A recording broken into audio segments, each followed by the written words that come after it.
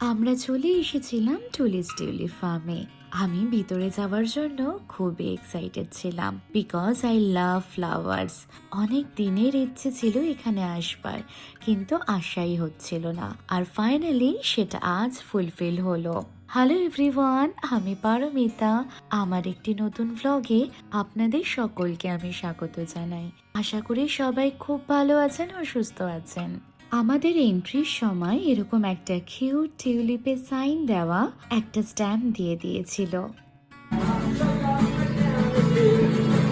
Say, baby, why don't you come over? Red wine supernova falling into me. I don't care that you're alone. Red wine supernova falling into me.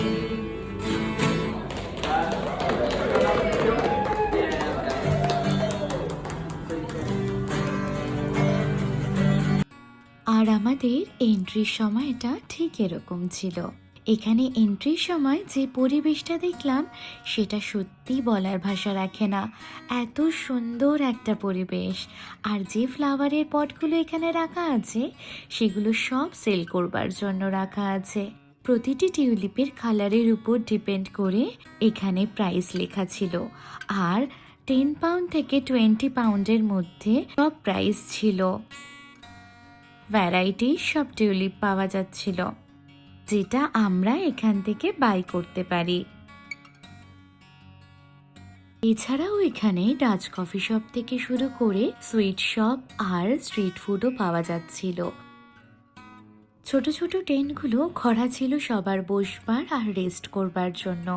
এছাড়াও যদি কেউ বাড়ি থেকে খাবার আনে সেটা তারা এখানে বসেও খেতে পারবে, সেরকম ব্যবস্থা এখানে করা ছিল।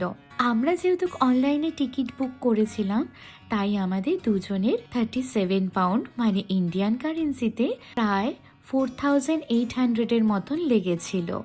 আর এখানে আসতে গেলে অনলাইন অফলাইন দুভাবেই টিকিট বুক করবার সুবিধা আছে। ফুলপ্রেমী মানুষদের জন্য এটা একদম পারফেক্ট প্লেস বলা যেতে পারে। এখান থেকে টিউলিপ ফিল্ডের রাস্তা শুরু হয়। একটা হলো লেফট হ্যান্ড সাইডে আর একটা হলো রাইট হ্যান্ড সাইডে। আমরা লেফট সাইড দিয়ে শুরু করেছিলাম যাওয়া, কারণ এই দিক থেকে গেলে ছোট ছোট স্পটগুলো দেখা যাবে, যেটা কিনা খুবই সুন্দর আর ড্রিমি।